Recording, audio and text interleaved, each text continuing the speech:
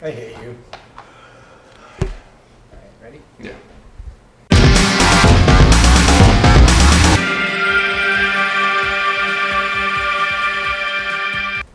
Hello, everybody, and welcome back to 2M Football. I'm Mike. And I'm Matt, and we are finishing up the AFC South with the second-ranked team, the Tennessee Titans.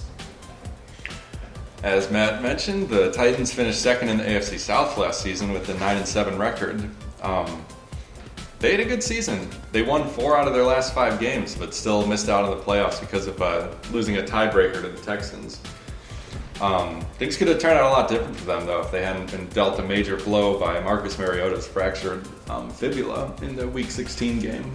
Yeah, it's something that you never want to hear is the word fractured and fibula for your quarterback. He kind of needs his legs. Especially late in the season where you hope it doesn't affect 2017. Quick recap of their offense, the team as a whole. They scored an average of 23.8 points per game, which 14th in the league. 358 yards per game, which is 11th, which is quite a lot of yards for Mariota. That seems like a lot of yards. Passing yards was 221.3, 25th in the league, and averaged 136.7 yards, which is averaging 3rd in the league, on the back of DeMarco Murray, no less. They had a great running offense in 2016. If there's one thing I like about an offense is those who can establish the run but don't always rely on it fully. Mm-hmm. And I think Tennessee's done a great job with their offense here. Yeah. It's not always exciting to watch a team run the football, but with the Titans, I'd say it is. DeMarco Murray is a shifty guy. I mean, he had a career high this year? No, it was his second best year. Second best year. Because he had that 1 year in Dallas that was just off the charts. I don't even think that counts because that was superhuman. Mm-hmm. It was. And Murray was coming off a pretty bad 2015 season with the Eagles in Chip Kelly's scheme. He had career lows in attempts and yards per carry that year, and a lot of people, including myself, I'll admit, were skeptical when the Titans signed him to a 4-year, $25 million deal, no less. But he blew everyone away with his production this past season. He had over 1,500 total yards and 12 total touchdowns with a 4.4 per carry average. And he really looked like the kind of explosive running back that we all remember from that 1 year in Dallas. It was really nice to see. It was good to see that their gamble, too, paid off. Mm-hmm. Like, with that, like you were saying, with that sort of what looked like a decline in the career. Yeah. And then you're going to pay him a contract, this sort of extension, and bring him into a new offense. Right. It's like, hold on here. Because that was sort of the issue, is that he just wasn't a good fit for what the Eagles wanted to do with their running attack. But it looks like, at least so far, it's paid dividends. Yeah, he definitely cemented his role as a lead back in Terry Robisky's exotic smash mouth. I'm using air quotes now. Yeah, what they called their running offense this year. But it was nice, though, that Mariota's yards complemented that. I mean, he completed 276 of 451 passes for a 61.2, not terrible. Completion percentage. Threw for 26 yards, 26 touchdowns, and only 9 interceptions. Yeah. That is the ratio most quarterbacks dream of. The 9 interceptions is nice. Yeah. You know, it's interception percentage of 2%. And he wasn't sacked a whole lot, a total of 23 sacks on the season. That's a nice low number. You know, it's something that you're comfortable as a quarterback, that occasionally the pass rusher gets through. Mm-hmm. One thing that concerned me, though, is he had 7 fumbles on the year. He needs to be when he's running. He needs to be a lot more careful with that football. But that's something I think that we will see him grow out of. I really, of any team in this division, besides Blake Bortles, I am extremely excited for the You love your boyfriend Blake Bortles, don't you? Well, you know, I have an affection where most people don't, but I have equally as strong for Mariota because I love where he's going with this team. Yeah, he looks good. Mike Mularkey has done a lot with this team. Yeah. And Mariota seems to be the perfect fit for the way the offense works. Mm-hmm. They have a run game, but not, a run-heavy game. They're able to balance it and make it work. To put him in second place league-leading contention for the division. In just his second year in the league. Yeah. So he had a 95.6 passer rating this year, which I found was the third highest in franchise history. Really? So when you're saying words like franchise history already with a guy in his second year, you know he's got a bright future. Mm-hmm. Let's see. Jumping back into the running backs for a second, behind DeMarco Murray was their draft pick, Derrick Henry. Yes. He was a second-round pick last year, and I think everyone pretty much predicted that he would have usurped the starting role of running back by mid-season over Murray because no one thought Murray would do what he did. Mm-hmm. Things didn't really pan out this way because of how great Murray was, but Henry still got plenty of opportunities, and he really looks like he was worth a second-rounder. He played in 15 games, had 490 yards with a 4.5 per carry average and 5 touchdowns, and he just looks good. He's got a great combination of speed and strength. Mm-hmm. He can power through you, or he can juke you completely. He kind of is the combination. He is a combination running back where he kind of takes the survey. He surveys it. He's not the patient like Le'Veon Bell, but I think he could get if he adapted Le'Veon Bell's patience. I mean, this guy would be astronomically out of this world because, like you said, he can either take it right up the gut, or he can cut to the outside, get around the edge, and then cut back in immediately. Right. And just it's entertaining to say the least to watch. It's like he's got Ezekiel Elliott's sort of shiftiness, but he's also got the ability to just take it right up the gut. He could have easily been the starter on a lot of teams this year, I think, and produced. But he didn't necessarily take it to heart. He was a backup. He saw what he was, but he still went with it and proved I deserve to be here. Exactly, and he definitely does. And I think that was the plan all along. They've got both of these guys rotating in for certain plays, and they share the field. It's going to be really exciting to see them both coming back. And it's from an offensive coordinator standpoint and a quarterback in a way, it's nice knowing that your backup running back is just as good as your starter.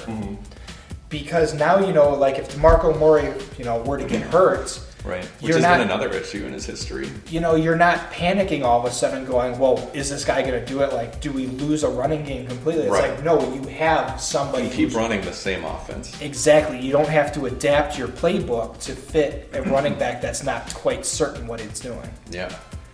So great running game, one of the best in the league. Wide receiver though is sort of a different story. They have a pretty thin wide receiving core that I would say doesn't have a real standout, no-brainer number one wide receiver. Rashard Matthews and Delaney Walker were tied for the most receptions and only separated by 145 yards. And Walker's a tight end. I have no problem with receiving tight ends. No, it's great. I am all, as we've said before in several videos. That's right, Matt's a big tight end guy. I do love my tight ends. Walker.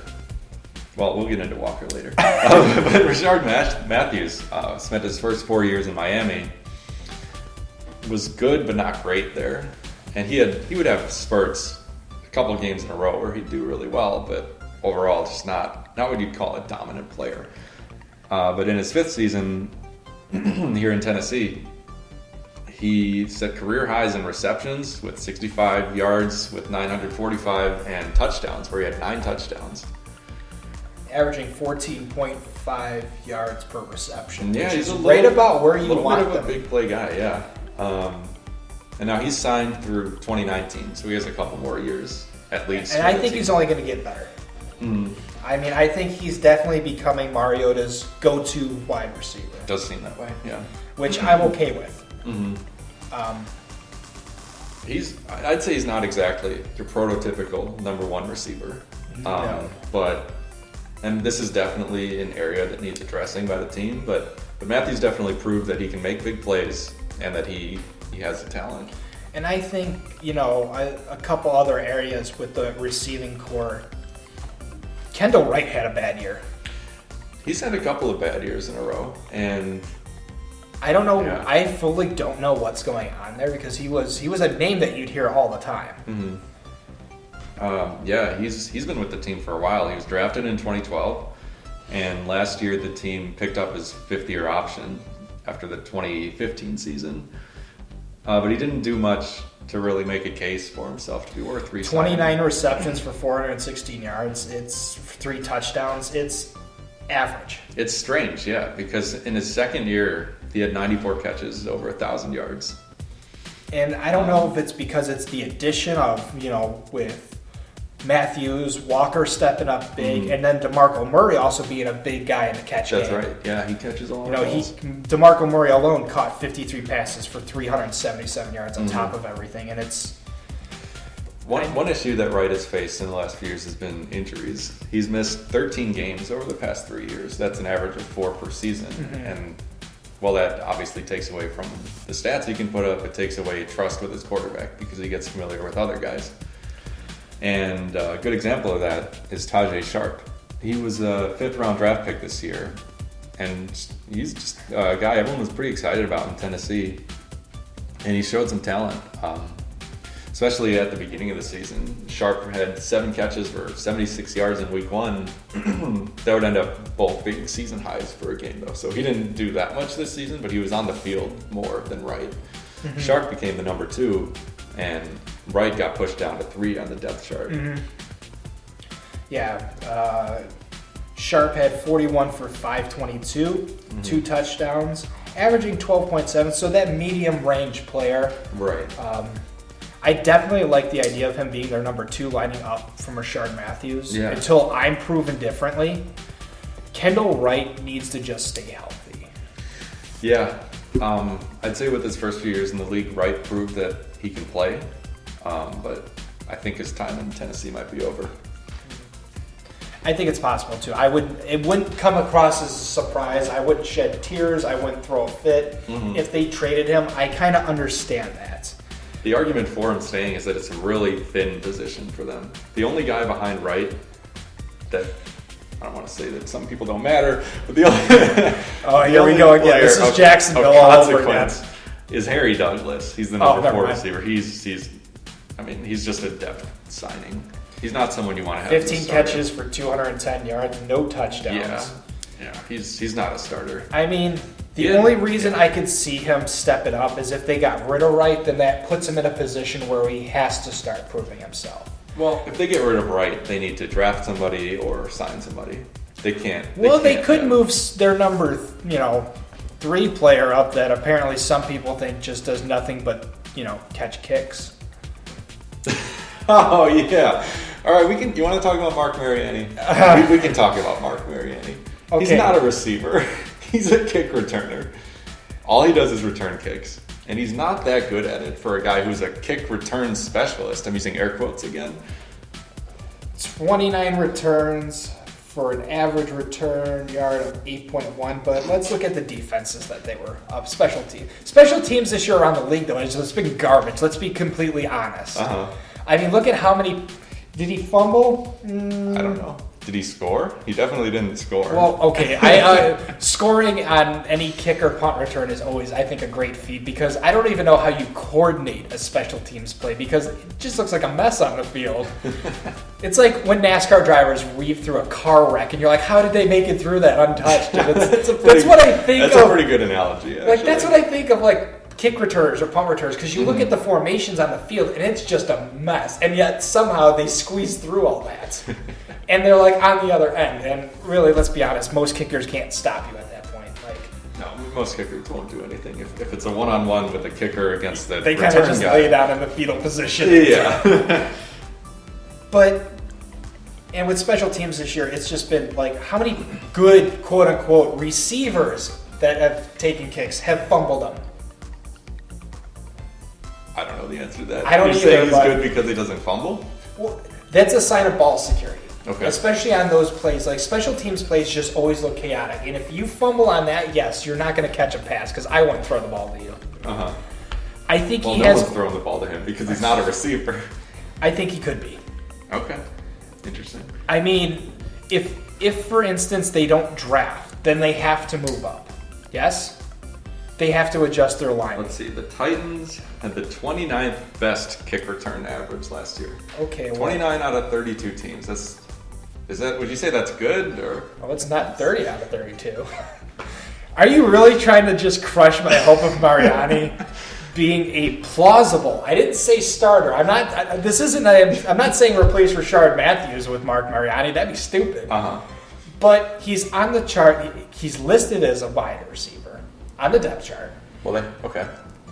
He's only, yes, I get you. I get where you're coming from. He's become the Devin Hester, where he just is a punt return specialist. That's the Devin Hester without the touchdowns. The Devin Hester I wouldn't even put him in my lineup, even now. I don't even want Devin Hester as a punt returner anymore. Don't even get me started on that. Okay.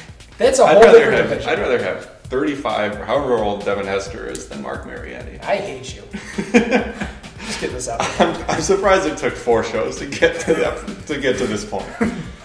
Yeah, well, Blake Bortles I was a little bit more controlled over, but now you're irritating me. Okay. I say that the offseason they could work on passing. I mean, I don't see him as a every down, an occasional slot runner, slot receiver, that sees snaps. Sure. The Bears used him that way, actually. He did play some receiver. Right, and I could see that fitting into an offense where if you need a check down, your go-to guy. The fact that he's proven thus far, at least with punt returns, that he can have ball security is crucial, because if you run a cut route or a dig route right in front of those linebacking cores, if you throw that person the ball, they need to be able to catch and secure it. Right. Because some of these receivers can catch the ball, but they can't secure it, and it results in a fumble. So the fact that I've seen good ball security from him, and let's be honest, when you take a hit on special teams, that's not they started 5 yards away from you and hit you with a full force. That's a high impact collision there. And if you I wouldn't be able to hold on to the ball. That's why I didn't play special teams. I think he has potential. I think it's going to take some doing, but I could see him running in a slot receiver position. I say there's no way Mark Mariani is the number 3 wide receiver on this team next year. All right, then why don't you start Trey McBride then? I don't know who that is, but I'd rather have him than He's number 6 on the depth chart and has no statistics for this team at all. At least Mariani is on the board here. Okay. Anyway, well, here's my point. If they don't re-sign Kendall Wright, which I think is a realistic possibility, they need to bring in someone else. They can't roll with Matthews, Sharpe, Douglas, and Mariani, and whoever that other guy is that you just mentioned. Trey McBride, that I have no idea. And despite the fact that this is one of the most well-prepared teams that we have for the both of us, he's not on my paperwork anywhere. Okay. I mean, they do have some help, though, in terms of Delaney Walker, Anthony Fasano, and here we go again with this debate.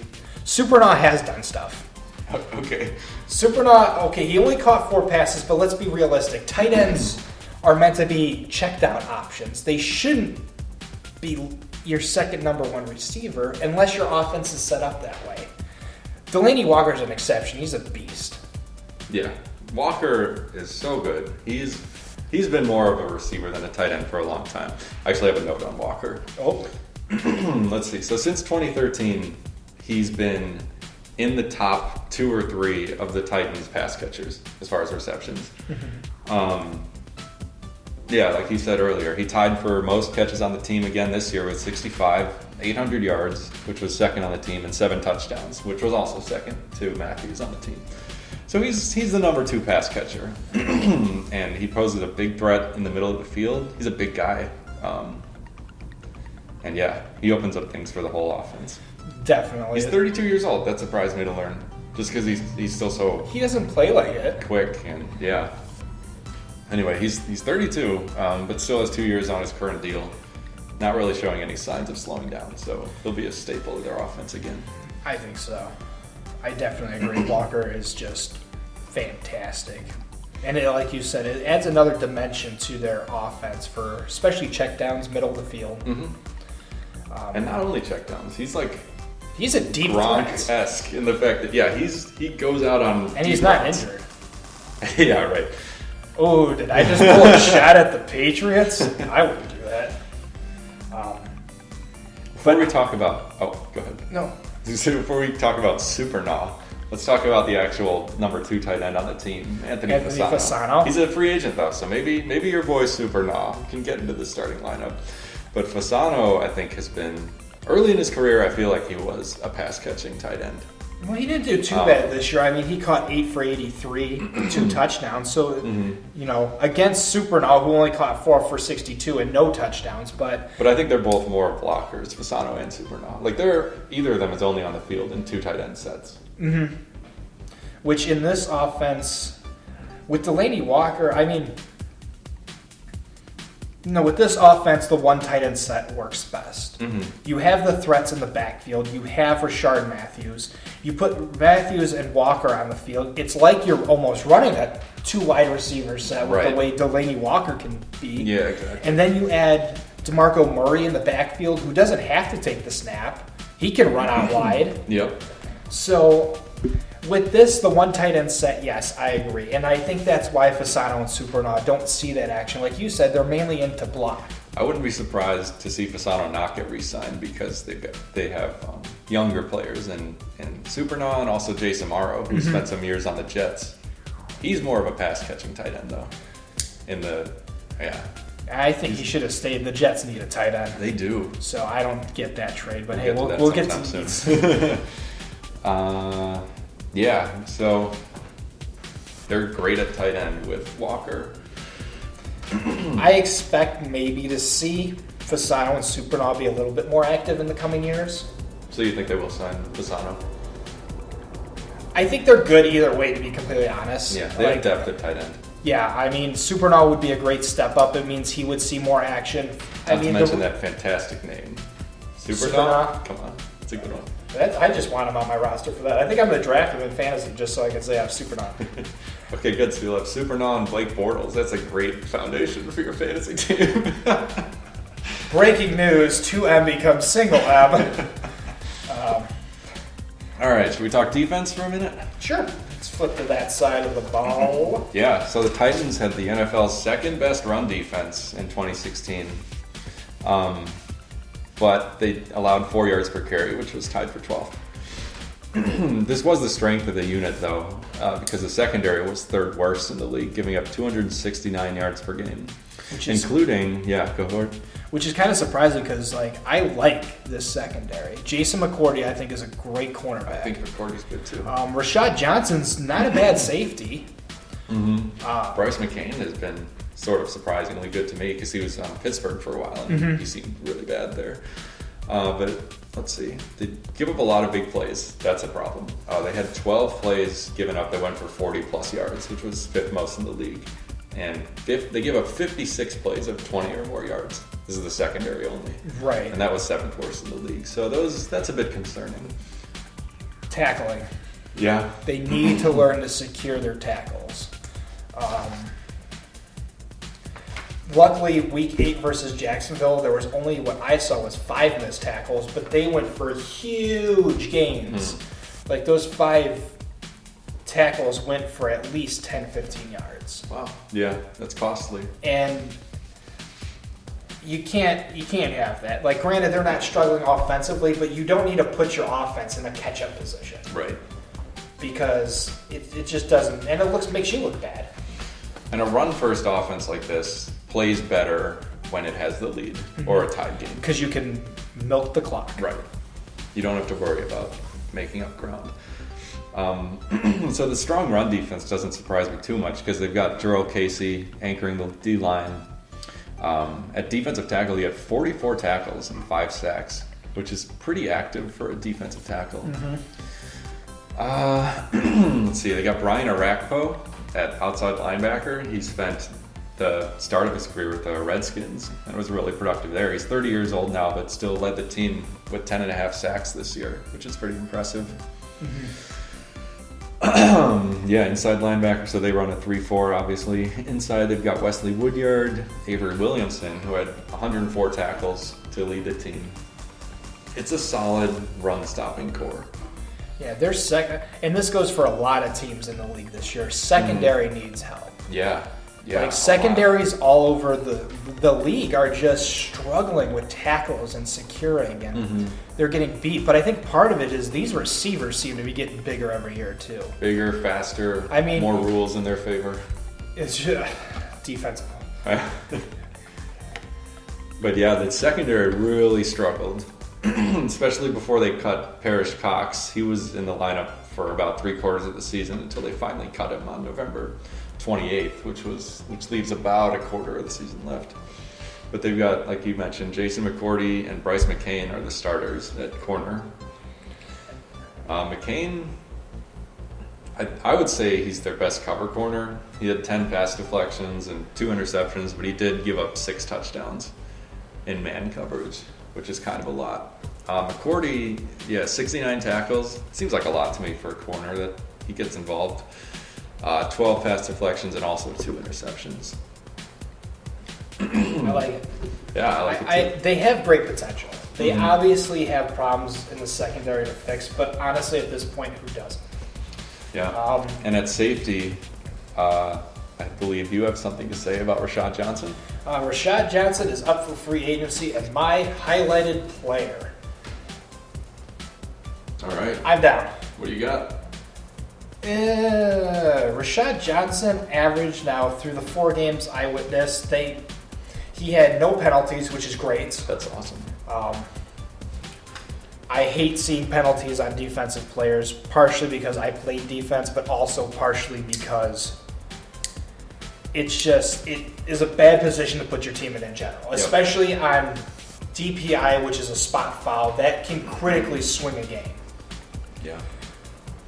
Tackles, I mean, he's a safety, so if the quarterbacks cover their guys and nobody gets past them, you're not going to see a lot of tackles from the safeties. Rashad Johnson averaged 38 tackles and 1 forced fumble. That wasn't in any of my games I watched. Of course not.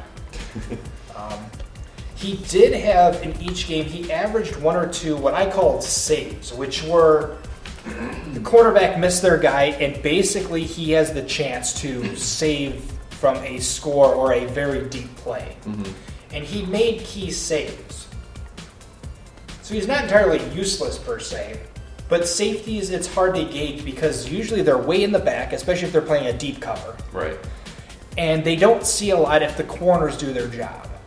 If the corners do their job and make the tackle, the safety's there just to help. Their job is to be safe. Honestly, I feel like they should keep him if they can afford it in the cap space. He's not a most outstanding safety, but I like where he's at. Yeah, I think he fits this team well. He does his job well, and he's a great comfort to have back there because he's quick. Yeah. I think if they can afford it, they should keep him. I wouldn't want to see him go anywhere, but if they let him go, I'm sure that, Kevin Byard or someone will step up. Right. But I would keep him if they could. Yeah, I agree. Let's see, he only played 14 games this season with some injuries. But when he was with Arizona, his first team, he spent 7 years there.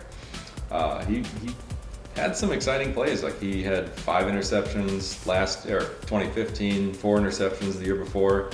I think he can be more of an impact player than what he showed this past year. And this was his first year at the Titans. So I think he can grow. Yeah. I think he's going to grow. And safety isn't the world's most exciting position. Like I said, he's just there as sort of a, no pun intended, but a safety net. That's their job, is to help with double coverage or watch for the deep threats to help give coverage support to the corners. Yeah. But as long as the corners do their job, then these safeties don't have a lot going on. They're just there to be to guard against the threat of a deep pass. One issue he might have is that when he was out, the rookie they drafted this year, Kevin Byard, he filled in pretty well and was actually 3rd on the team in tackles with 58. So the way they view it is that they might rather go with the young guy and let Johnson go. But I feel like he shouldn't be too expensive to bring back on a short-term deal. No, and that's why I said, I keep him if they can afford the cap space. If not, I have a feeling Byard will step up. It's just nice to have some veterancy there while your rookies are learning. They have someone to look to. They have someone who's done this before. Right. And can help develop them, sort of like the Brett Favre, Aaron Rodgers, Peyton Manning sort of setup there. Exactly. Where Everyone you groom your successor. At any position can learn from a veteran at that position while they transition to being a pro.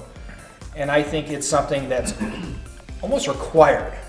You have to have these guys because if you don't, your rookies are going to underperform and it could cost you in the long run because they weren't trained, quote unquote, properly. And any wasted draft pick hurts. Obviously, they're not all going to hit, but you want guys who are going to be starters eventually on your team. That's the whole point. That's the goal. That's like what the Packers do really well is they draft and they groom and they don't have to spend in free agency because the guys they draft end up filling the shoes of the veterans that help them learn the ropes. It's a good system. It's a system that every team needs. So very quickly, I know we're almost out of time. My free agent pick was Damian Stafford, who's their backup strong safety behind Denoris Searcy. The thing about Searcy, though, is he's hurt a lot, so Stafford ends up on the field. He was a 7th-round draft pick by the Titans in 2013. And he appeared in almost every game this year, starting 6 when Searcy was out. He had 52 tackles, just 1 interception and 1 sack, so not too many highlight reel plays, if you will. What I noticed, so I watched a few of his games.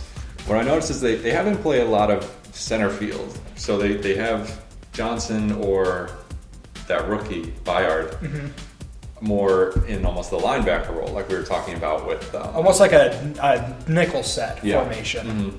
And then what Stafford would do is just drop back and play center field. As you were saying, looking out for the big play. And I think that hurts his stats a little bit because he's not involved unless they get past literally everyone else. The games I saw, though, he had some issues. Like he whiffed on a couple tackle attempts. He's a strong tackler, but sometimes he has to make contact. Right. He would over pursue and allow a cutback lean.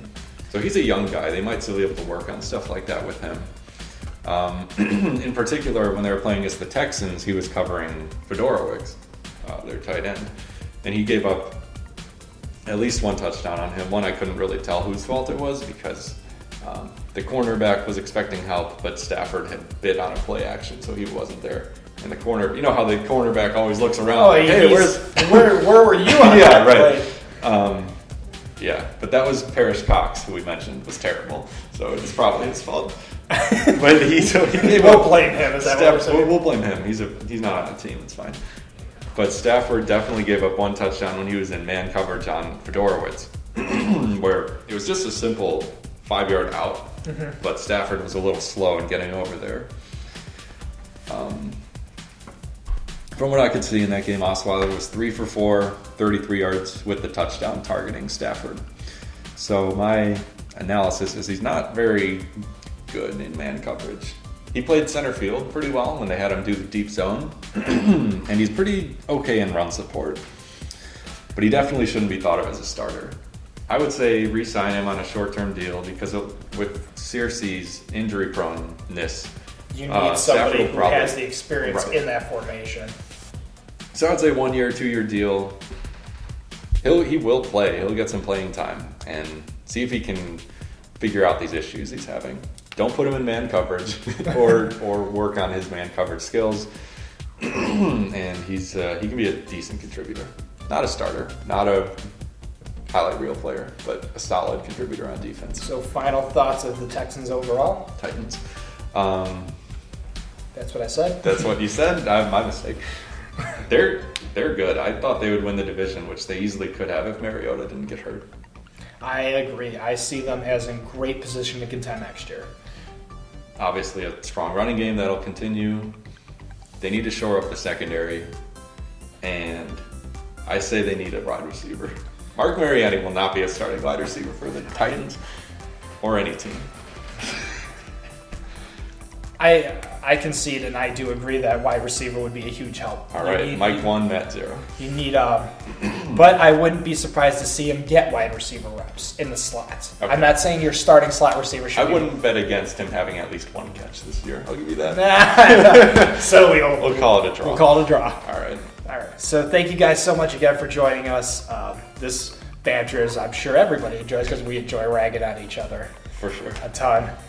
If you liked everything you heard, there's a subscribe and like button below. Please click both to keep updated as we continue our journey through the 32 teams of the Football League. Leave your comments below. Please try to be respectful. Friendly debate is what we're all about here, as you heard between us. Nothing malicious or mean, please. And we'll see you guys soon. See you later. Bye-bye.